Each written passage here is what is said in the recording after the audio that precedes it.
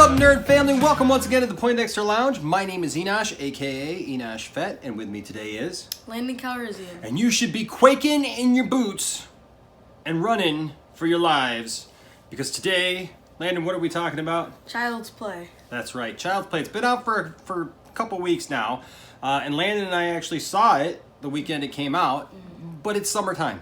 Yeah. And so there's a lot of stuff going on in the summertime, and that's why we haven't actually been posting as many videos, because our summer's been bogged down with cool, fun stuff that we're doing. But we love all of you, our internet family, our nerd family, and so thank you so much for joining us today. We're going to do a review of Child's Play, but before that, remember this. The Poindexter Lounge is A place for nerds. That's right. It's a place for nerds. It's a place for you and me. And if that sounds like something that you'd like to be a part of, please consider hitting that subscribe button and also that notifications bell so that you know when we put out videos. Because normally we put out videos like all the time. All right. So this month, don't forget, our giveaway is this action-packed Aquaman 2-pack of Aquaman and Orm. Look at them in all their glory. Right there. And this can be yours. All you have to do is go ahead and hit subscribe, hit notifications, and tell us down in the comment section that you want it. That's right. Just let us know, all right? And if you would, if you're on social media, a couple people asked me, they said, well, I don't have social media. Can I still be in for it? Yeah, absolutely. But if you are on social media, please visit one of our social media sites. All that is down in the description below.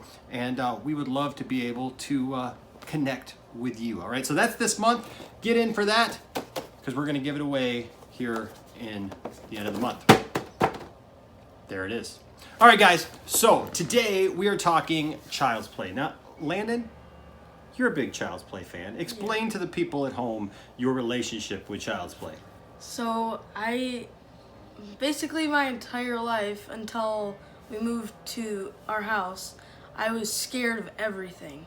I was scared of my room, I was scared of every bedtime, and then they took me to go see the It movie because I asked them if I could go see that, and they said yeah.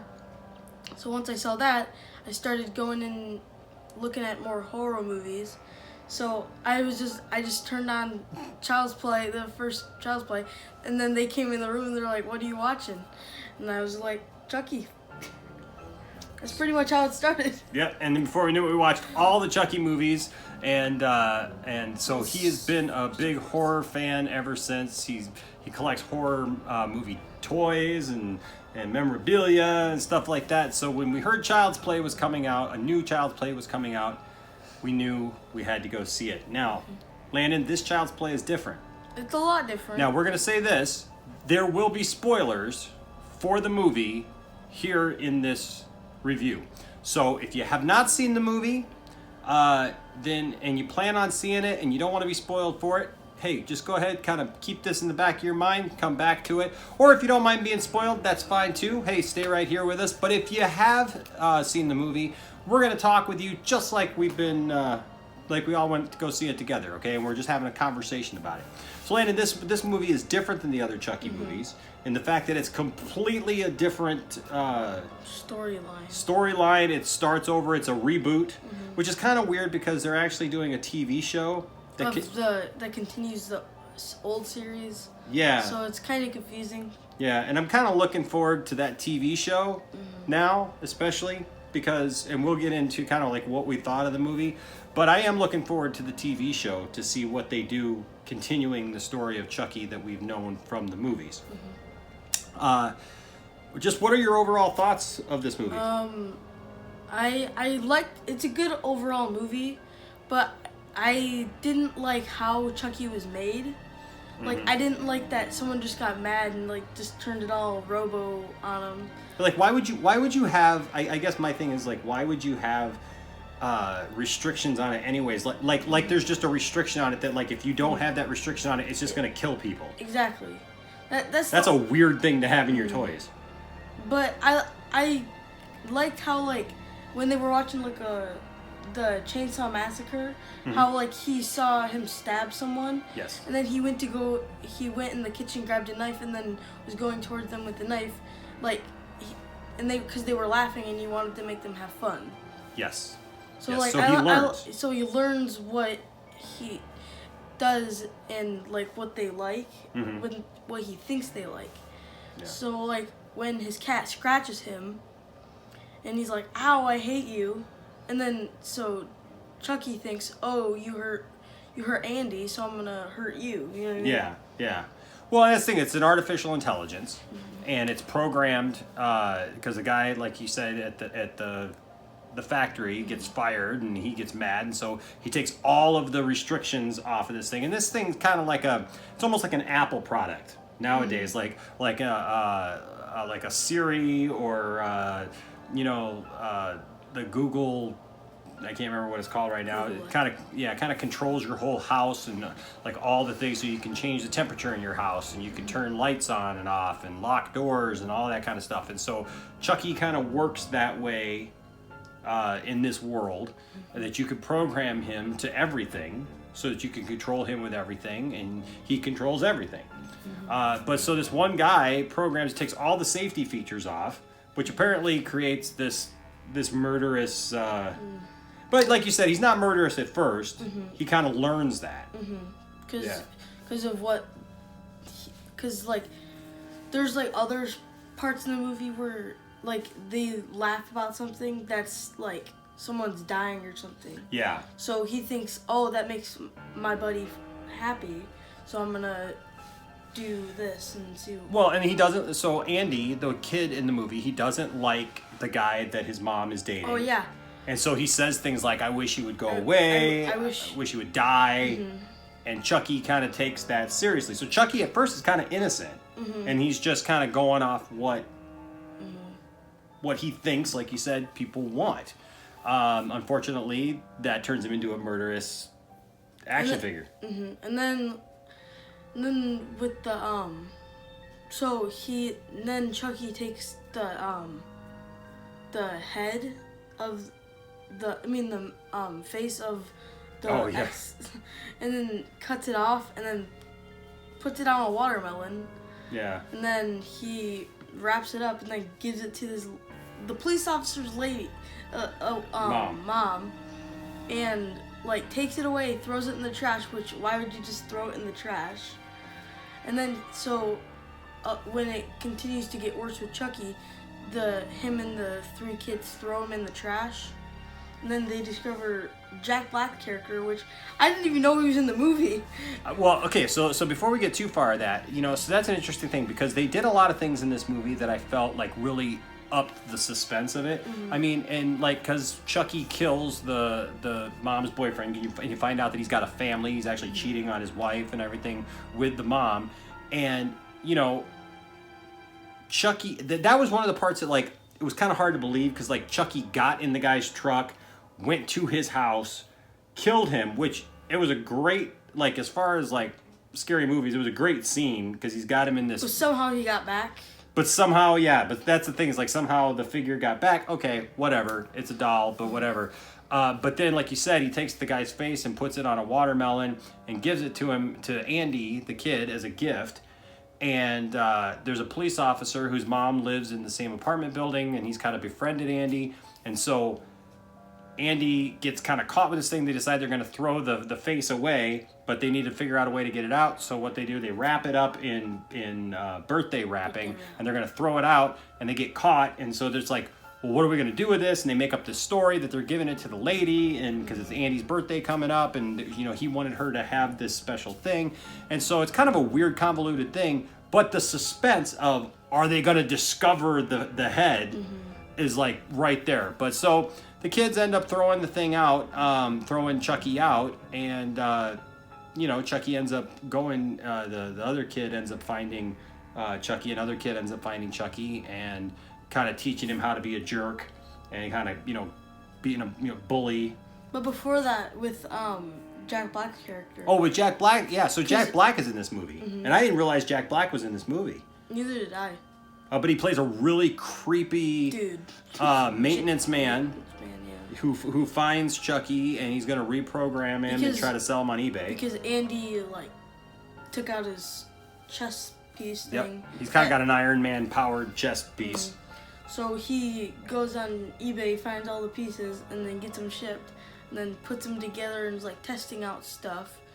and then Chucky kills him very badly. Yeah, well, Chucky finds out that he's like peeping. He's a peeping Tom, and that he's got cameras set up all over the apartment building, and so Chucky like really takes him out in a really gruesome way. But Jack Black was cool as that character. Let's talk about Chucky himself, because Mark Hamill voices Chucky. I think he did a good job voicing Chucky. Yeah, and it was funny because like Chucky, I'm so used to Chucky being kind of this sarcastic adult, right? You know, because Chucky in the old Child's Play movies, he was an adult. He was a criminal already, so he had kind of a personality. This Chucky, it's almost offsetting because this Chucky comes across very childlike. You're my buddy. You're my buddy. Yeah, right? And so he sings the song, and so it's very creepy given the fact that this doll is very much childlike and learning that way instead of just being a murderous guy who got his soul put into a doll. Because that was the whole thing, because he was trying to figure out how to get out of the body. Yeah, so we're gonna get to that in a second. So you know, it comes around full circle. Chucky ends up being evil, but Chucky has a plan because they're releasing a second version of the Buddy doll, and so Chucky has this plan that at the grand opening he's going to take over all the dolls, and I thought that was great because that made sense. He takes over all of the AI for all the dolls in the store. And nobody will listen to Andy, which I think the choice of naming the kid Andy, like just like Toy Story, was great. Yeah. And the way that they presented that, because even that was his original name. I know, but the thing is like even the promotional stuff leading up to it, like with Woody like all stuffed all of the promotional pictures looked like the promotional pictures for Toy Story 4, but with the characters being killed by Chucky.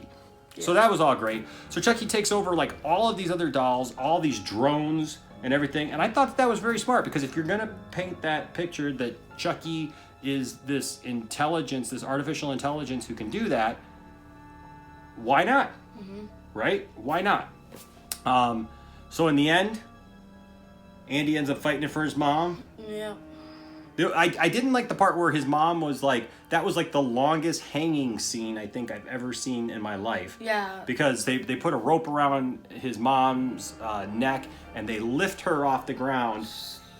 Slowly. And she's just hanging there forever, and she's not choking, her neck's not breaking, nothing's happening. I mean, and then she's like up in the air, and he just like swings on it, and like Andy jumps on it and cuts it, and they fall.